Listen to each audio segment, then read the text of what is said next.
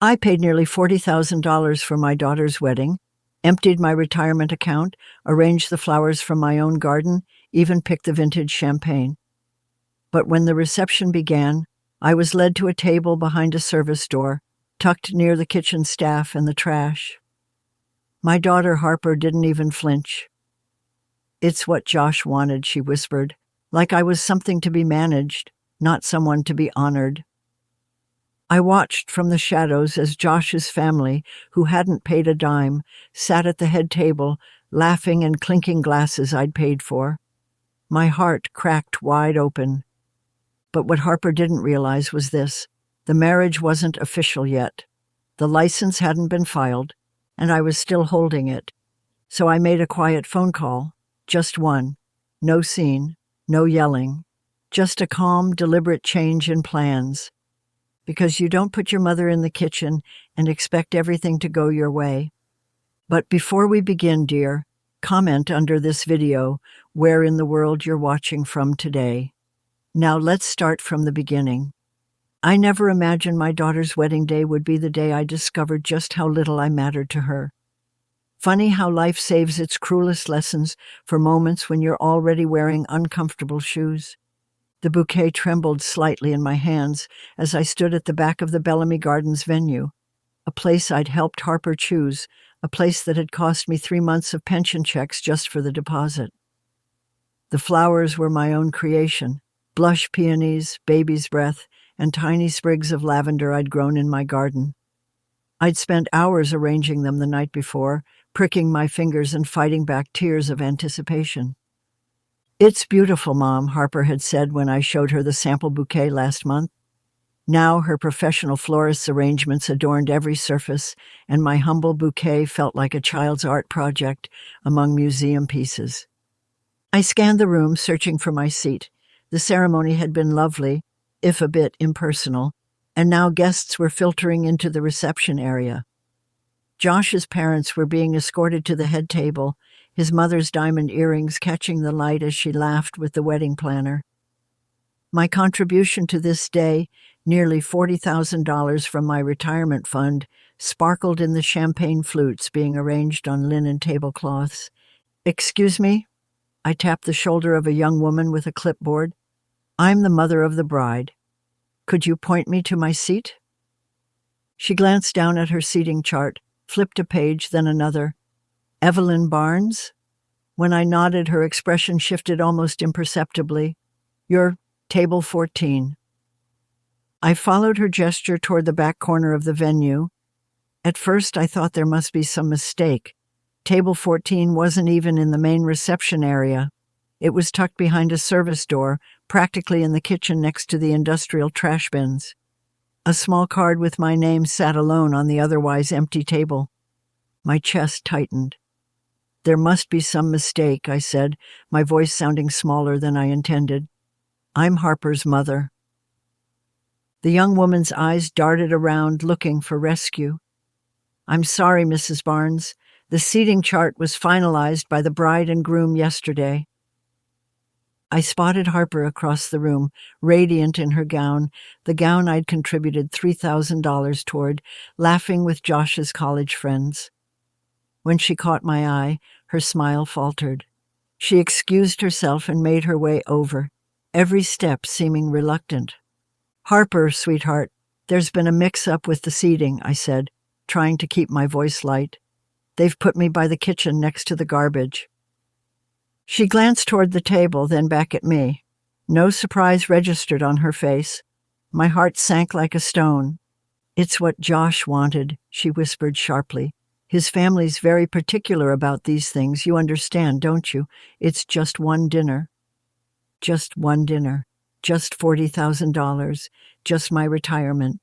Just my daughter. "But I'm your mother," I said, hating how my voice cracked. "I paid for most of this wedding." Harper's eyes darted around, checking who might be listening. "Mom, please don't make a scene. We've been through this. Josh's family is very image conscious and they're already uncomfortable with, well, you know." "With what? My modest home? My career as a school teacher? The fact that I raised her alone after her father died?" 27 years of bedtime stories, bandaged knees, and college tuition payments reduced to an embarrassment. Of course, I said, the words tasting like ash. I understand perfectly. She squeezed my arm. Not a hug, not even a proper touch. Thanks, Mom. I need to get back. I watched her glide away, back to her new family. At the head table, Josh's father was opening the first bottle of champagne, the vintage I'd selected and paid for. His mother was arranging herself for photographs. They hadn't spoken a single word to me all day. That's when it hit me, standing there with my homemade bouquet wilting in my grip.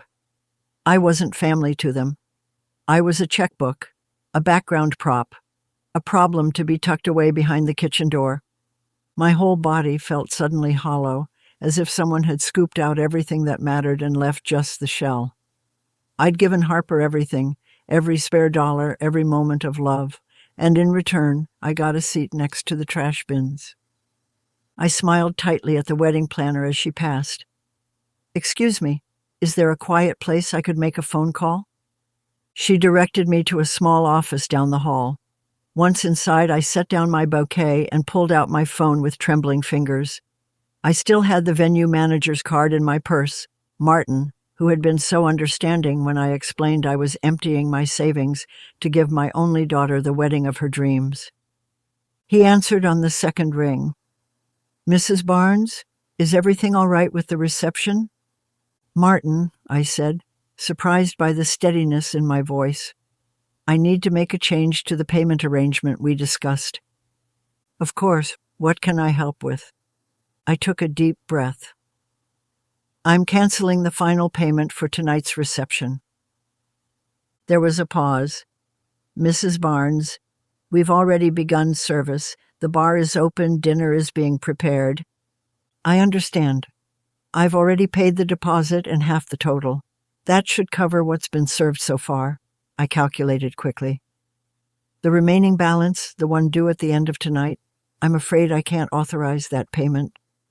As I hung up the phone, a strange calm settled over me. I hadn't raised my voice. I hadn't made a scene. I'd simply decided that my generosity had reached its limit, right alongside my dignity. I walked back toward the reception, where the party was just beginning to hit its stride.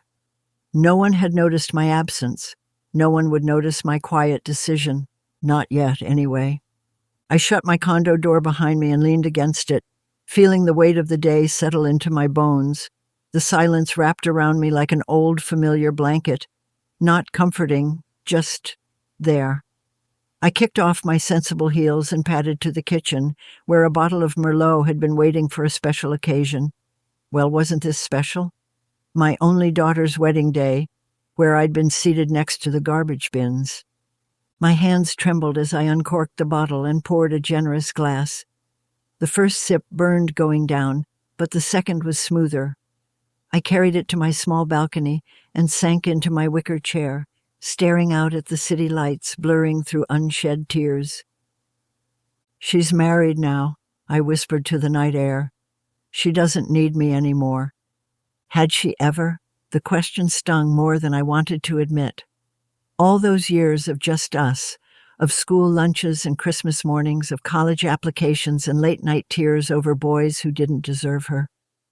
All those nights I'd stayed up grading papers with one eye on the clock, waiting for her to come home safe. The birthdays when I'd stretched my teacher's salary to its breaking point just to see her smile. Had it all been leading to this moment of disposal? I pressed my palm against my chest, trying to ease the physical ache building there. This wasn't just hurt feelings. This was heartbreak, pure and simple. Sleep came in restless patches, my dreams filled with faces turning away from me.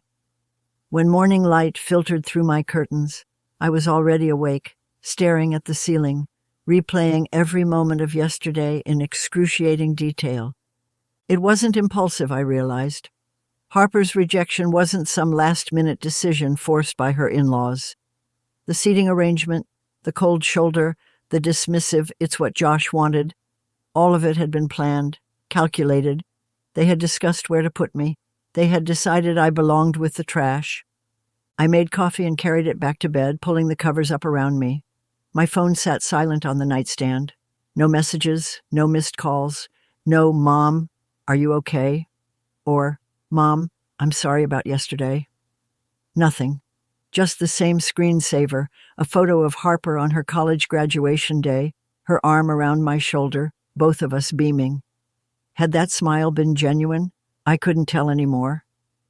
As I sipped my coffee, my mind drifted to the week before the wedding. Harper had been in a panic about some paperwork, and I'd driven over to help her sort through it all. Among the documents had been their marriage license, not yet filed with the county clerk. "We'll file it after the ceremony," she'd explained. "Josh's cousin works at the county office and said we have 3 days." It had seemed like such a small detail then, just another bureaucratic formality in the chaos of wedding planning. But now, in the cold light of morning, it felt like something else entirely. An opportunity. I pushed the thought away. I wasn't that person. I wasn't vindictive or calculating. I was a mother who loved her daughter, even when that love wasn't returned. I was the woman who taught third graders to be kind for 35 years. I was better than this. But as the day wore on and my phone remained silent, the hurt calcified into something harder. By evening, I found myself checking the county's online records. The marriage wasn't registered yet. Legally, Harper and Josh weren't married. I waited another day. Surely she would call. Surely she would notice my absence, wonder if I was all right. Nothing. By the third day, the silence had become its own kind of answer. I wasn't needed. I wasn't missed. I was just the ATM that had funded their perfect day, and now that the transaction was complete, I could be forgotten. The wedding had happened. I'd watched my daughter walk down the aisle in the dress I'd helped pay for. I'd heard them exchange vows beneath flowers I'd arranged myself. But nothing about it felt real anymore. It felt like an elaborate performance where I'd been both audience and unwitting financier. When my phone finally rang on the afternoon of the third day, my heart leapt. Harper, finally. But the name on the screen wasn't my daughter's. It was Linda, the florist I'd worked with on the arrangements. "Evelyn, it's Linda. I just wanted to check on you. You left so early on Saturday." I swallowed hard. I wasn't feeling well. "I'm not surprised given what happened." Her voice dropped to a whisper. "I overheard them, you know, Josh's mother and that awful sister of his, talking about you." My stomach clenched. "What did they say?" Linda hesitated. "Maybe I shouldn't." "Please, Linda, I need to know." A heavy sigh. "They were laughing about where they seated you. The mother said—" Another pause. "She said you'd always be the help in this family, no matter how much money you threw at the wedding." The help. The words sliced through me, clean and cruel. Not family, not even a guest. The help. I thanked Linda, my voice mechanical, and hung up. Then I sat very still, letting the words sink in, letting them find all the tender places inside me and take root. The help. I looked again at my silent phone. 3 days. The deadline for filing the marriage license was today, and suddenly I knew exactly what I needed to do. I hung up the phone and sat there, numb. Linda's words echoed in my ears like a cruel taunt. The help. You'll always be the help in this family. A laugh line. That's what my pain had become. Something for Josh's family to snicker about over champagne that I'd paid for. I pressed my palms against my eyes, willing myself not to cry again. I'd shed enough tears already. "It shouldn't matter," I whispered to my empty living room. "They're just words." But they weren't just words, were they? They were a window into how they saw me, how my own daughter saw me.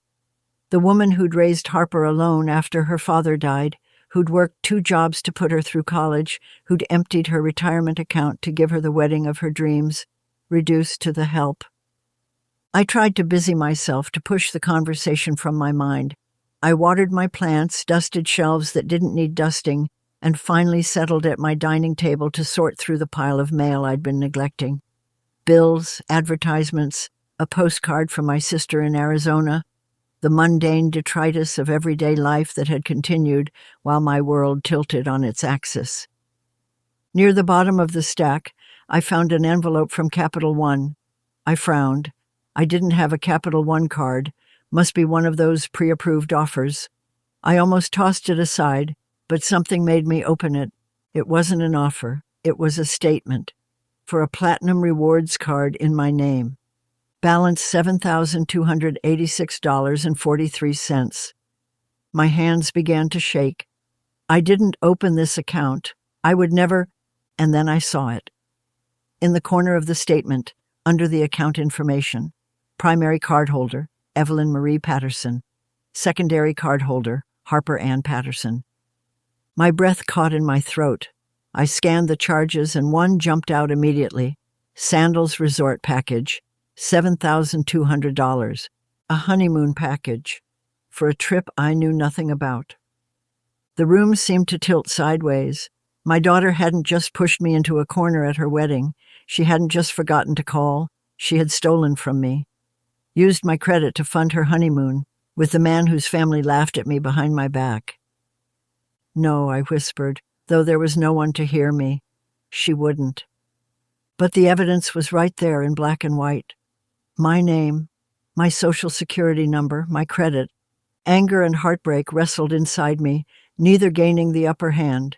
I wanted to scream. I wanted to curl into a ball and disappear. Instead, I picked up the phone with trembling fingers and dialed the number on the back of the statement. After navigating an infuriating maze of automated menus, I finally reached a human being. My name is Evelyn Patterson, I said, trying to keep my voice steady. I'm calling about a fraudulent account opened in my name. The customer service representative, Melissa, according to her chipper introduction, asked for verification details, which I provided. Yes, Ms. Patterson, I see the account here. It was opened 3 weeks ago, with both your signature and that of Harper Patterson as co-applicants. My signature. Of course, Harper had access to all my papers. She'd helped me organize my tax documents just months ago. I didn't sign anything, I said. I didn't authorize this account. I understand, ma'am. In cases of suspected fraud, we can initiate an investigation. However, I do see that you're listed as the primary cardholder, with Harper Patterson as an authorized user. She's my daughter. She used my information without my permission. A pause. I see. Well, you can certainly remove her as an authorized user. But since you're both co-applicants, removing your name from the account entirely would require her cooperation or proof of fraud through a police report. A police report. Against my own daughter. And the current balance, I asked, though I already knew. $7,286.43, ma'am. Thank you, I said automatically and hung up. I slumped in my chair, drained and furious. The betrayal was complete now. Every gift, every dollar, every kind gesture, used and discarded. I'd been nothing but a resource to be drained, a signature to be forged, a seat to be hidden away when no longer needed. For hours I sat there letting it all sink in, the wedding, the seating, the credit card, the silence, each betrayal stacked on top of the last until I could barely breathe under their weight. By evening, I'd almost talked myself into letting it go. What was done was done. Harper was my daughter, my only child. Could I really sever that bond over money, over hurt feelings? I started gathering the papers to put them away when something slipped from between the pages of a magazine, a document I recognized immediately, the marriage license, the one that hadn't been filed yet. I stared at it, puzzled. Why was it here, on my dining table? Then I remembered.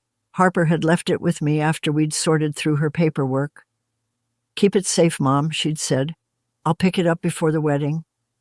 But she hadn't. In all the chaos of final preparations, she'd forgotten. And I, caught up in arranging flowers and writing checks, had forgotten too. I picked it up with unsteady hands. The official seal of the county, the ornate border, the blank lines where the officiant and witnesses should have signed. It was unsigned. I held the unsigned marriage license in my trembling hands, staring at the blank spaces where signatures should have been. The weight of what this meant washed over me in waves. Legally, Harper and Josh weren't married, not yet. The ceremony, that beautiful, expensive ceremony that had cost me my dignity and my savings, was just for show until this paper was properly signed and filed. 72 hours. That was the window. The clock was already ticking. I ran my fingers over the embossed seal of the county. How many times had I bailed Harper out over the years, paid for dance lessons she abandoned, college courses she dropped, apartments she left mid-lease? I'd always told myself that's what mothers do. They sacrifice. They give without expecting anything in return. But this, the kitchen corner, the stolen credit, the laughter behind my back, this wasn't just taking advantage. This was cruelty. I carefully placed the license back on the table and stared at it. A piece of paper that held so much power, so much possibility. Sleep didn't come easily that night. I tossed and turned, replaying every moment of the wedding, every slight, every painful realization. By morning, my eyes were swollen and my head pounded, but something inside me had shifted. The raw wound of betrayal had hardened into something else, a clarity I hadn't felt in years. I needed air, needed to walk, needed to think. The morning was crisp, autumn leaves crunching beneath my sensible shoes as I made my way down the familiar path toward town. Without consciously planning it, my feet carried me to Marigold Café, the little coffee shop where Dennis, my late husband's best friend, spent most mornings with his crossword puzzle and black coffee. Sure enough, there he was by the window, silver-bearded and focused, his reading glasses perched on the end of his nose. When he looked up and saw me, his weathered face broke into a warm smile that faltered when he saw my expression. "Evelyn, what's wrong?" He stood immediately, pulling out a chair for me. I sank into it, suddenly exhausted. Everything, Dennis, absolutely everything. The barista brought me tea without my asking, the perks of being a regular, and I wrapped my cold fingers around the warm mug. "I thought you'd be recovering from wedding festivities," Dennis said carefully. "How was Harper's big day?" The question opened a floodgate. Before I knew it, I was telling him everything. The seat by the garbage, the stolen credit card, the cruel words from Josh's family. My voice cracked as I described how small I'd felt, how used, how utterly disposable. Dennis listened without interrupting, his kind eyes never leaving my face. When I finally ran out of words, he reached across the table and covered my hand with his. "I'm so sorry, Evelyn. Truly sorry." "I don't know what to do," I admitted, pulling the unsigned license from my purse and placing it between us. This was supposed to be filed within 72 hours of the ceremony. Harper forgot to pick it up before the wedding. Dennis adjusted his glasses, studying the document. "So technically, they're not legally married yet." "No," I whispered, "not yet." "And you're wondering if you should finalize it for them or not?" I nodded, unable to speak past the lump in my throat. Dennis was quiet for a long moment. As a retired notary public, he understood the legal implications better than most. Finally, he sighed. "You know, when Robert was alive, he used to say you had the biggest heart of anyone he'd ever known. But he also worried sometimes that people took advantage of that." Tears pricked at my eyes. Robert had been gone 5 years, but Dennis's mention of him still made my heart ache with longing. "What would you do?" I asked. Dennis folded his hands on the table. "It's not my decision to make, Evelyn, but I will say this. You have a choice here. You can finalize this license and continue being the doormat they clearly expect you to be, or you can let it expire and send a message that there are consequences for treating people, treating you, this way." He paused, his expression gentle but firm. "Whatever you decide, I'm here for you, but ask yourself this. What would happen if, just this once, you put yourself first?" I said nothing, just slipped the license back into my bag. We sat in companionable silence after that, finishing our drinks and watching the world pass by outside the window. When I finally stood to leave, Dennis walked me to the door. "Call me," he said simply. "Whatever you decide." I nodded and squeezed his hand in gratitude. That evening I sat on my small balcony, sipping tea and watching the sun dip below the trees. The license lay on the table beside me, still unsigned, still waiting. I thought about Harper as a little girl, her small hand in mine as we crossed streets. I thought about her graduation, her first apartment, her engagement, all the milestones where I'd stood proudly by her side, supporting her, loving her unconditionally. And then I thought about sitting in that kitchen corner, surrounded by garbage bins, while she pretended not to see me. The next morning, as dawn broke over the horizon, I picked up my phone and dialed Dennis's number. He answered on the second ring, his voice alert despite the early hour. "Evelyn, are you all right?" I took a deep breath, feeling strangely calm. "No," I said it, just that one word. But we both knew what it meant. For the next 2 days, I moved through my condo like a woman underwater, light, floating, strangely free. The weight I'd carried for months, maybe years, had lifted. I kept touching my shoulders, surprised by how unburdened they felt. I didn't tell anyone what I'd done, not my bridge club friends, not my former teaching colleagues. Only Dennis knew, and he'd promised to keep the document safe until the 72-hour window had fully closed. "Are you sure about this, Evelyn?" he'd asked gently when I handed him the unsigned license. "I've never been more sure of anything," I'd replied, surprised by the steadiness in my voice. Now, as I watered my plants and sorted through mail, I found myself humming, actually humming, something I hadn't done since Robert passed. Was it wrong to feel this light, this vindicated? I pushed the guilt away. After all, I hadn't caused this situation. I'd simply stopped rescuing people from their own choices. The third day dawned bright and clear. I knew Harper and Josh were scheduled to return from their mini-moon at some fancy resort in the mountains, a precursor to the European honeymoon they'd charged to my credit card. I tried not to think about that part, one battle at a time. I was making a cup of tea around 3 o'clock when I heard it, the screech of tires outside my building, followed by a car door slamming so hard the windows seemed to rattle. My heart jumped into my throat, but I forced myself to take a slow, deliberate sip of tea. I knew what was coming. Footsteps pounded up the stairs, no elevator for my visitor, apparently, and then a furious banging at my door. "Mom, open up, I know you're in there." I set my teacup down carefully on its saucer, smoothed my cardigan, and walked to the door. When I opened it, Harper nearly fell inside, her face flushed and her eyes wild. "Why did the county reject the license?" she demanded, thrusting a piece of paper at me. Her hands were shaking so badly that the paper fluttered between us like a wounded bird. "They said it was never submitted. How is that possible?" I stepped back, gesturing for her to come inside. "Would you like some tea, Harper?" "Tea? Are you kidding me? My marriage was just invalidated, and you're offering tea?" I sighed, closing the door behind her. "The papers were never submitted," I said calmly. "That's why the county rejected them." Harper stared at me, her mouth opening and closing. I could almost see the gears turning as understanding dawned across her face. You had them the whole time?" Her voice had dropped to a whisper. "You deliberately didn't file them?" "Yes." One simple word, but it hung in the air between us like a thunderclap. "How could you?" Harper's voice rose again, edging toward hysteria. "Do you have any idea what you've done?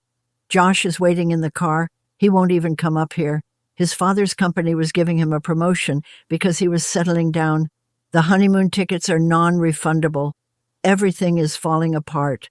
I watched my daughter pace my small living room, her designer shoes leaving marks on my carpet, her hands gesticulating wildly as she listed all the ways my decision had inconvenienced her perfect life.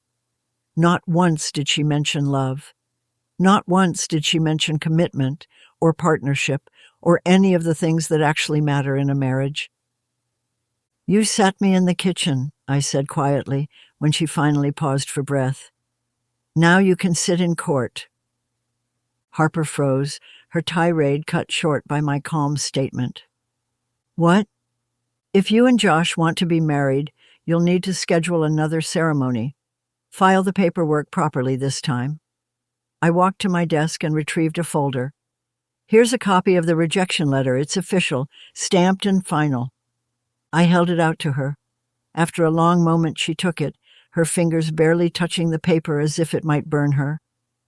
"I don't understand," she whispered, and for the first time, I saw confusion rather than anger in her eyes.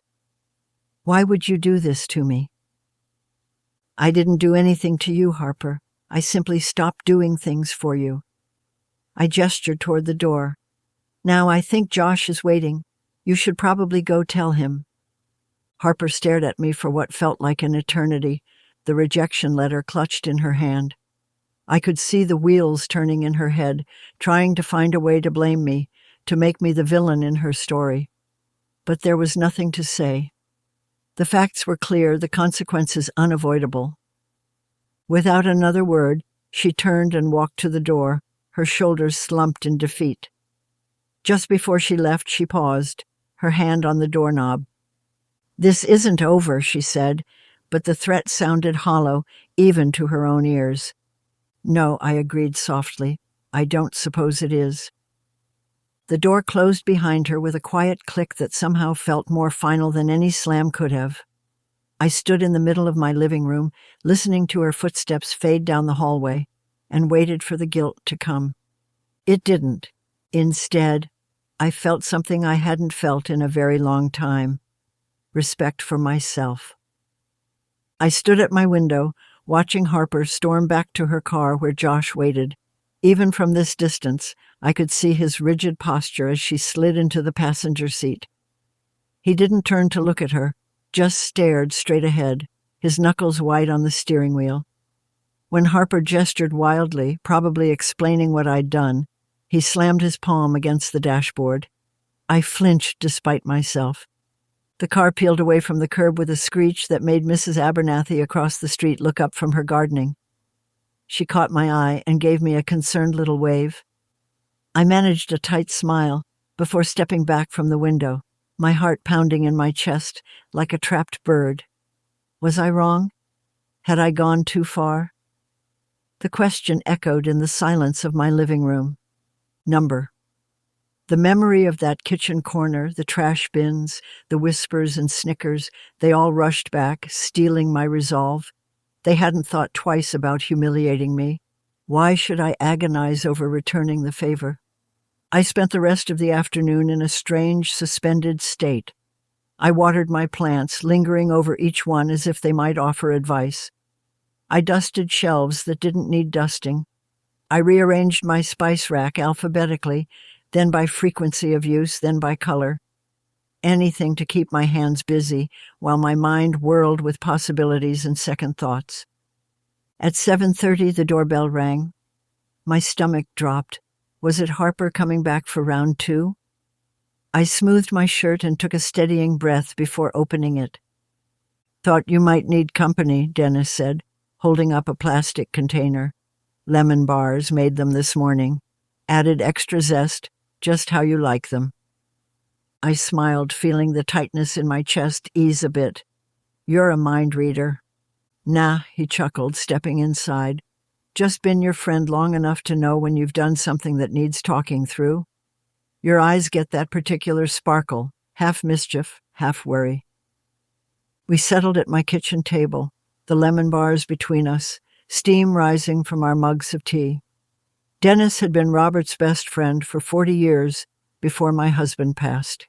He'd been my friend too, in that comfortable way that doesn't need constant maintenance, the kind of friendship that can sit quiet for weeks, then pick up exactly where it left off, without awkwardness or explanation. "So," he said, breaking a lemon bar in half, "how'd it go?" I told him everything: Harper's fury, Josh refusing to even come upstairs, the threats and accusations. I described the vein that had pulsed in my daughter's forehead, something I hadn't seen since she was a teenager denied permission to attend a concert. Dennis nodded slowly. Can't say I'm surprised. People don't like having their plans disrupted, especially when those plans involve climbing the corporate ladder. And that Josh, well, I never did trust a man with such perfect hair. That's just it, I said, leaning forward. I found out what was really at stake. Josh's promotion was contingent on him being married. Apparently, his father's company has some old-fashioned notions about family men being more reliable, as if a gold band magically confers responsibility. Dennis raised his eyebrows. How'd you find that out? Linda again. Her nephew works in HR there. I sipped my tea, remembering Linda's call earlier that day. The promotion included a significant salary bump and stock options. Without a valid marriage certificate, the offer's been rescinded. No corner office for Josh, at least not yet. Well, Dennis said, brushing crumbs from his fingers, I'd say that's karma doing its work. Maybe it's time to let it go, Evelyn. You've made your point. Sometimes victory is knowing when to walk away. I stared into my tea, watching the light play across its surface. The amber liquid reminded me of Harper's eyes, my eyes when she was truly happy. There's something else, I said quietly. Something I didn't tell Harper. Dennis waited, patient as always. That was his gift, the ability to simply be present without filling silence with unnecessary words. When I was helping Harper gather documents for the wedding, I came across Josh's college transcripts. They looked off. The watermark was blurry, the font inconsistent. Something about them just didn't sit right with me, so I called the university just to verify. I looked up at Dennis. He never graduated. The degree he claims on his resume, the one that got him his job at his father's company, it's fake. Dennis's eyes widened. Are you sure? Positive. The registrar confirmed he dropped out after sophomore year. Failed economics, ironically enough. Dennis let out a low whistle. That's serious, Evelyn. Fraud, actually. But, he hesitated, choosing his words carefully. What are you planning to do with that information? I met his gaze steadily. I'm not sure yet. But that was a lie. I knew exactly what I was going to do, had known it from the moment I'd verified the transcripts, tucking the knowledge away like a hidden weapon.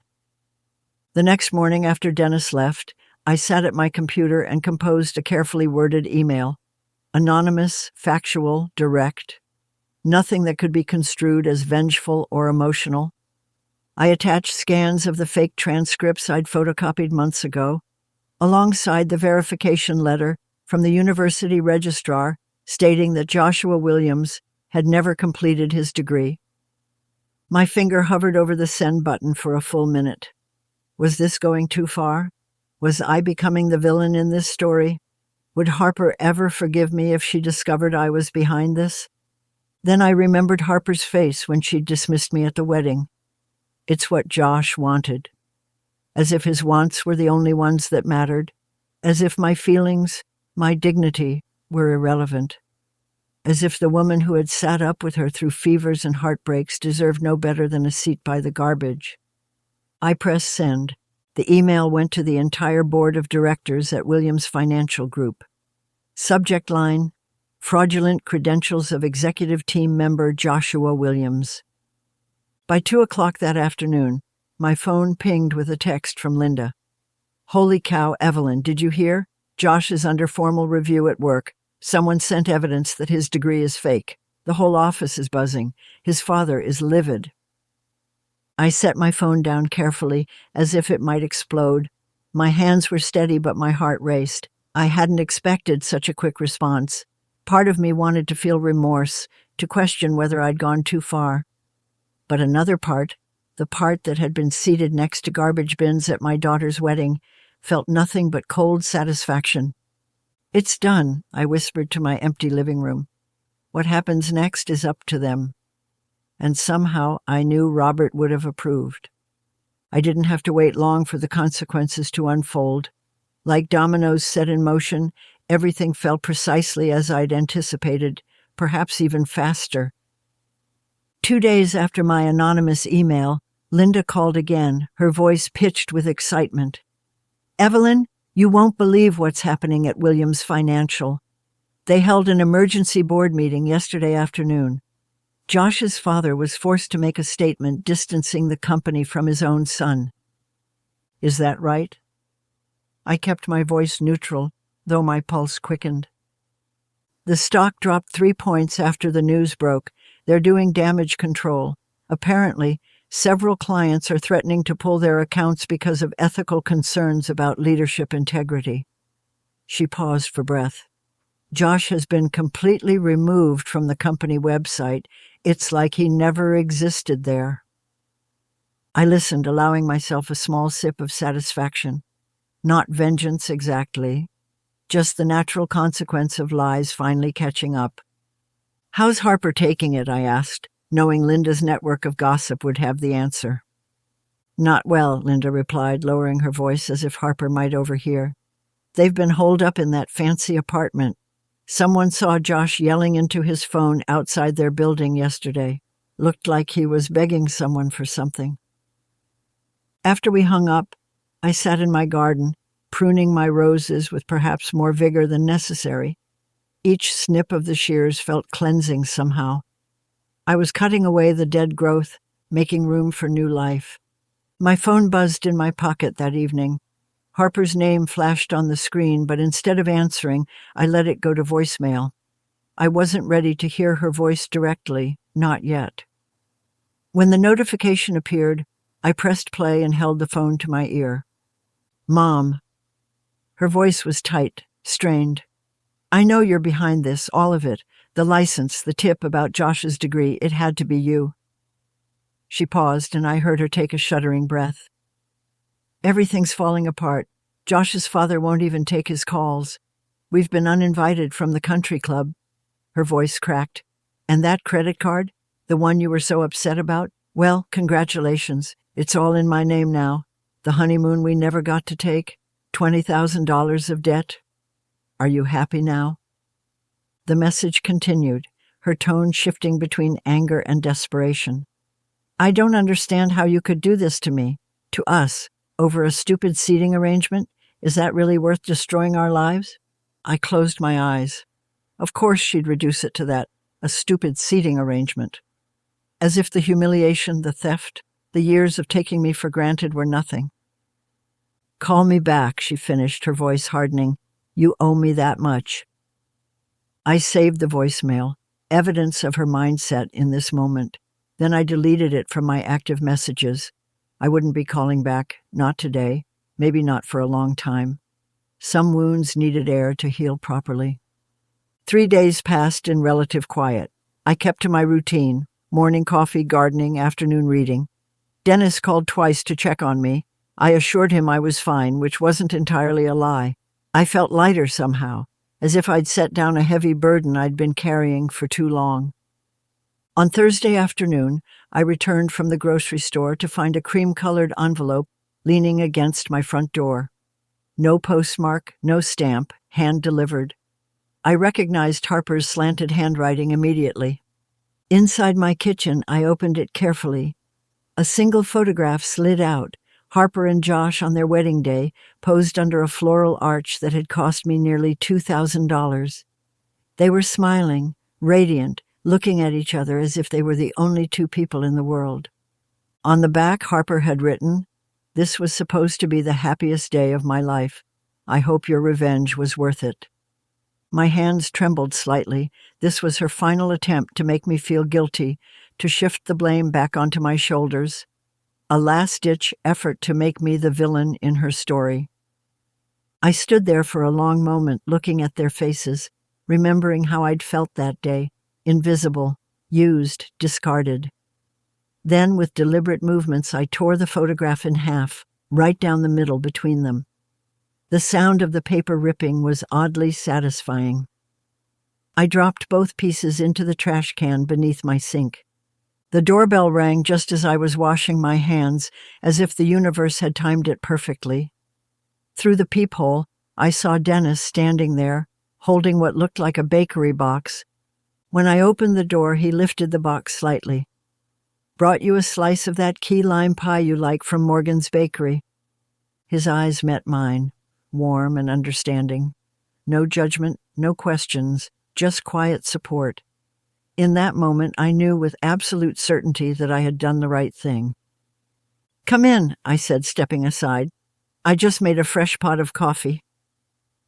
A week passed and I woke to sunlight filtering through my bedroom curtains. I stretched under the covers, savoring the quiet. No anxious thoughts about Harper, no gut-wrenching anger about Josh, just peace. I made my morning tea with care, warming the pot first, measuring the loose leaves precisely, timing the steep to exactly 4 minutes. Little rituals that had once seemed fussy now felt like small acts of reclaiming my life. This was my kitchen, my morning, my choice. No one was sitting me next to trash bins here. The apartment felt different, too. I'd rearranged the furniture, not drastically, but enough to make the space feel renewed. My reading chair now faced the window instead of the television. My husband's old desk, which I'd kept tucked in a corner for years, now stood proudly in the living room, where I could work on jigsaw puzzles without hunching over the coffee table. "This is 1,000 pieces?" Dennis asked that afternoon, studying the half-finished landscape of Tuscany spread across the desk. He'd started coming by every other day, sometimes with pastries, sometimes just with his crossword puzzle book. 1,500, I corrected, fitting a piece of blue sky into place. I decided I needed a challenge. He chuckled. "After what you've been through, this should be child's play." I smiled at that. Perhaps he was right. Standing up to Harper and Josh had required more courage than I'd needed in decades. The confrontation had drained me, but what followed was a strange kind of strength, the quiet certainty that comes from finally drawing a line and holding it.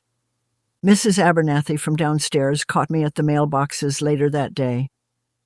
"Evelyn, I've been meaning to ask, how was Harper's wedding? I saw the photos she posted online. The flowers were gorgeous." For a moment, I considered telling her everything, the humiliation, the betrayal, the revenge. But what would that accomplish? The story wasn't for entertaining neighbors or inviting pity. It was mine to carry, to learn from, to eventually set down. "It was intimate," I said instead, smiling. "Very intimate." She nodded, clearly hoping for more details, but I just wished her a good day and carried my mail upstairs. No bills from credit cards I hadn't opened, no guilt-laden envelopes, just ordinary life resuming its rhythm. That evening, I baked bread, kneading the dough with perhaps more vigor than necessary, but finding satisfaction in the physical work. The apartment filled with the homey scent of yeast and flour. I set the warm loaf on a cutting board and snapped a photo, sending it to Dennis with the message, "Too much for one person." He replied almost immediately, "Save me a slice. I'll bring butter." When he arrived, we ate thick slices slathered with salted butter at my little kitchen table. The simple pleasure of sharing food I'd made with my own hands felt healing somehow. "You seem different," Dennis observed, brushing crumbs from his beard. "Different how?" He considered this, head tilted. "Lighter, like you've set something down." I nodded slowly. He was right. I had set something down, the weight of always accommodating, always sacrificing, always making myself smaller to make room for Harper's demands. "I've stopped waiting for an apology that isn't coming," I admitted. Dennis nodded, understanding in his eyes. "Some people never learn to say they're sorry." "And some people never learn to stop accepting that," I added. The next morning I walked to the farmer's market alone, taking my time at each stall, selecting plump tomatoes and fragrant basil without rushing. No one was waiting impatiently for me, checking their watch or sighing loudly. I could browse as long as I liked. Mrs. Chen at the flower stand waved me over. "Your usual roses, Evelyn?" I shook my head. "Something different today. Those." I pointed to a bunch of bright yellow sunflowers, bold and unapologetic. "Good choice," she said, wrapping them. These follow the sun, you know, always turning toward the light. I carried them home, arranged them in my best crystal vase, the one I'd always saved for special occasions that rarely came, and placed them center stage on my dining table. No more saving the best for later. Later was now. That afternoon, Dennis knocked on my door. When I opened it, he was holding a wicker picnic basket. "It's supposed to be 75 and sunny all day," he said, a hint of nervousness in his voice that I found endearing. "I thought maybe we could sit on your porch swing. I made chicken salad sandwiches." I looked at him, really looked at him. Dennis, who had been my husband's best friend for 30 years. Dennis, who had helped me navigate widowhood with patience and kindness. Dennis, who had stood by me when I needed someone to witness my pain without trying to fix it. Something stirred in my chest, not the fluttering excitement of youth, but something deeper, steadier, a recognition, a possibility. "The porch swing sounds perfect," I said, feeling a smile spread across my face, not the tight, controlled smile I'd worn at the wedding, but something genuine and warm. "Let me get my sweater." As we settled onto the swing, plates balanced on our laps, the afternoon sun warming our faces, I felt it, the gentle unfurling of something new. Not a replacement for what I'd lost, but a different kind of beginning altogether. Quiet, unhurried, mine to shape however I chose. I sat beside Dennis on my front porch swing, watching the shadows stretch across the lawn as Friday afternoon mellowed into evening. The ice in our tea glasses clinked softly as we swayed back and forth, a gentle rhythm that matched the pace of our conversation. My tabby cat Milo had curled himself into a perfect circle at our feet, his soft purring adding to the symphony of contentment that surrounded us. "You know what I don't miss about working?" Dennis said, taking a sip of his tea. "Those mandatory retirement seminars where they tell you how to maximize your golden years." He made air quotes with his fingers, as if we need a PowerPoint presentation to tell us how to enjoy ourselves. I laughed, a real laugh that bubbled up from somewhere deep and genuine. "Let me guess, they suggested taking up golf." "Golf, bird watching, or my personal favorite, gentle water aerobics for seniors." He lowered his voice to mimic a too cheerful instructor. "Well, I can see you now, Dennis, in a swim cap, doing jumping jacks in the shallow end," I teased, nudging his shoulder with mine. He clutched his heart in mock offense. "Evelyn, I'll have you know I draw the line at swim caps. My dignity has its limits." We fell into comfortable laughter again, and I realized I was laughing more freely than I had in years. There was something liberating about it, this unburdened joy that came without the constant tension of waiting for the other shoe to drop, without bracing myself for Harper's next demand or disappointment. Milo stretched and repositioned himself, pressing against my ankle. The warmth of the sun on my face felt like a blessing, simple and profound. "I got another card from Harper yesterday," I said after a while, my voice steady. Return address was her apartment, not Josh's place. Dennis nodded but didn't press. He knew when to listen. "I didn't open it," I continued. "Just put it in the drawer with the others." "Are you ever going to read them?" he asked gently. I considered this, watching a pair of cardinals flit between the branches of the maple tree in my front yard. "Maybe someday, when it doesn't feel like she's trying to pull me back into her orbit just to use me again." Dennis nodded, understanding in his eyes. "No rush. They'll keep." That was what I appreciated most about Dennis. He never pushed me to forgive before I was ready, never tried to repair what wasn't his to fix. He simply walked beside me, offering his steady presence. "You know," I said, watching the cardinals, "I used to think being a good mother meant always being available, always saying yes, always putting Harper first, no matter what it cost me." I took a sip of my tea, letting the coolness slide down my throat. I thought sacrifice was the whole point. "And now?" Dennis asked. "Now I think maybe I was teaching her the wrong lesson all along." I traced the condensation on my glass with my finger. I was teaching her that my boundaries didn't matter, that my needs were secondary, that taking from me was her right. The swing creaked softly as we rocked. "There's no going back to that version of motherhood," I said firmly. "Even if she suddenly decided to appreciate me, I couldn't be that woman again, the one who sits in the kitchen beside the trash because her daughter told her to." Dennis reached over and squeezed my hand briefly. "Good. That woman deserved better." I smiled at him, grateful. The funny thing is, I don't feel bitter anymore, just clear-sighted. Harper made her choices, Josh made his, and now they're out there somewhere, facing the consequences. While you're here making excellent iced tea and entertaining a charming retired notary public, Dennis added with a wink. "Exactly where I belong," I agreed, feeling the truth of it settle in my bones. The sun was starting to dip lower now, casting golden light across my little front yard. My hydrangeas were in full bloom, their blue heads nodding in the slight breeze.